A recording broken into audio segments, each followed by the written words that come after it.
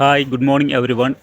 നിങ്ങളുടെ അറിവും എൻ്റെ അറിവില്ലായ്മയുമാണ് ഞാനിന്ന് ഈ വീഡിയോയിലൂടെ ഷെയർ ചെയ്യാൻ പോകുന്നത്. അപ്പോൾ നിങ്ങളുമായിട്ട് പങ്കുവെക്കാൻ പോകുന്നത് കാരണം എന്ന് വെച്ചാൽ കുറേ വർഷങ്ങളായിട്ട് ഇതെനിക്ക് അറിവില്ലായ്മയായിരുന്നു. ഒരു സിനിമ വന്നതിലൂടെയാണ് സിനിമ പല രീതിയിൽ അല്ലെങ്കിൽ പല വിധത്തിലാണ് മനുഷ്യന്മാരെ അല്ലെങ്കിൽ പ്രേക്ഷകരെ സ്വാധീനിക്കുന്നത്.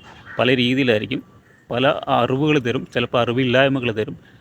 അങ്ങനെ കുറേ വർഷങ്ങൾക്ക് ശേഷമാണ് എനിക്കിങ്ങനെ ഒരു അറിവ് കിട്ടിയിരിക്കുന്നത്. അതോ നിങ്ങൾക്കും ഈ സിനിമ കണ്ടതിന് ശേഷമാണോ ഇങ്ങനെയുള്ള ഒരു അറിവ് കിട്ടിയത് എന്നുള്ളത് ഞാൻ ഈ കാണിക്കാൻ പോകുന്ന സാധനത്തിൻ്റെ പേര് നിങ്ങൾ കണ്ടും കേട്ടും മനസ്സിലാക്കിയതിന് ശേഷം കമൻറ്റിലൂടെ അറിയിക്കുക.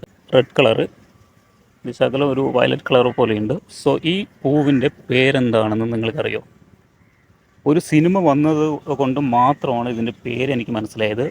ആ സിനിമ വരുന്നതിൻ്റെ മുൻപ് വരെ, അതായത് വർഷങ്ങളോളം ഇതിൻ്റെ പേര് എൻ്റെ നാട്ടിൽ ഞാനും അല്ലെങ്കിൽ ഞങ്ങളുടെ സഹപാഠികളും വീട്ടുകാരും എല്ലാവരും പറഞ്ഞുകൊണ്ടിരുന്നത് കടലാസ് പൂ എന്നാണ്. ഞാൻ റിപ്പീറ്റ് ചെയ്യുകയാണ്, കടലാസ് പൂ. സോ സിനിമ വന്നതിന് ശേഷമാണ് ഇതിൻ്റെ ഒറിജിനൽ നെയിം അറിയുന്നത്, ബോഗൻവില്ല. അമൽ നീരദ് സംവിധാനം ചെയ്തൊരു സിനിമയുണ്ടല്ലോ, കുഞ്ചാക്കോ ബോബൻ്റെ. സോ ഇതിൻ്റെ ശരിക്കത്തെ പേര് ബോഗൻവില്ലയാണ്. സോ നിങ്ങൾക്ക് എത്ര പേർക്ക് അറിയാം ഇതിൻ്റെ പേര് ബോഗൻവില്ല ആയിരുന്നു എന്ന്?